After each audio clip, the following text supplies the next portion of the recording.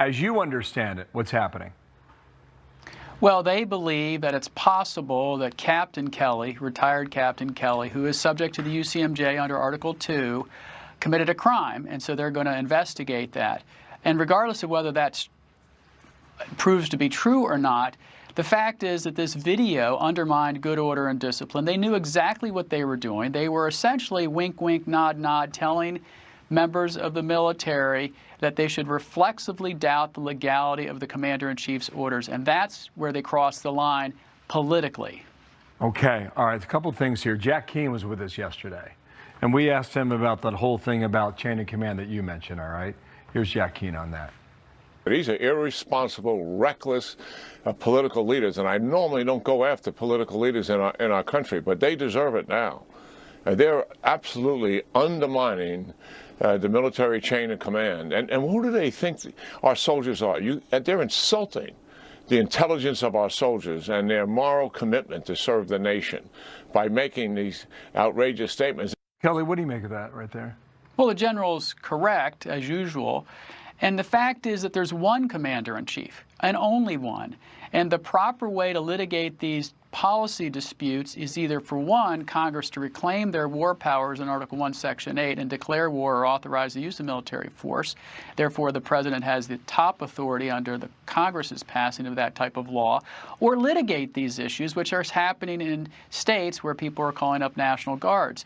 And so imagine, Bill, the scenario where Republican members of Congress would have issued the same type of warning to members of the military when we sent 25,000 troops to Haiti under President Clinton, saying you should reflexively question that, when Congress didn't authorize that authorization. And there's scores of other issues in times in our history when the president sends troops into harm's way and Congress didn't authorize it. So this is the wrong way to go about this. Okay, I think here's the critical soundbite. We played it yesterday. Here is Alyssa Slotkin when she was asked about it on ABC on Sunday. Keep in mind the key word here is illegal. Roll this. Do you believe President Trump has issued any illegal orders? To my knowledge, I am not aware of things that are illegal, but certainly there are some legal gymnastics that are going on with these Caribbean strikes and everything related to Venezuela. Okay, so you can address that, Kelly. And while you do that, if you were to investigate Senator Kelly now, it would have to go back to his time as active duty in the military, correct?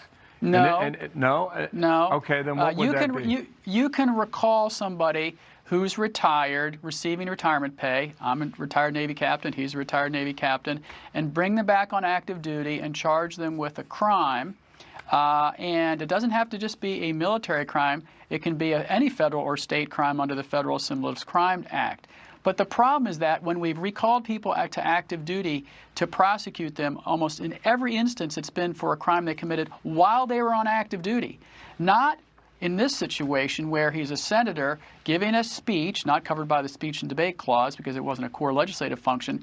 And so I don't think any military jury is ever going to convict this guy, ever. So I think the punishment here is the process and ultimately not prosecute him or bring him back on active duty. Let me try and just squeeze in one more question at the time that we have.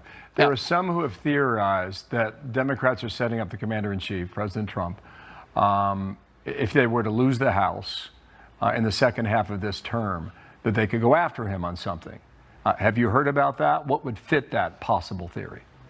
Well, that he is issuing illegal orders or acting outside the bounds of the four corners of his power as the commander-in-chief. The problem with that theory is that the Office of Legal Counsel in DOJ has already issued a classified memo, for example, saying that the strikes on boats in international water is lawful under the national interest test from previous OLC opinions. So they'd have to point to something other than what the current situation is. Okay, Kelly, thanks. Really appreciate your intel on all that. To be continued.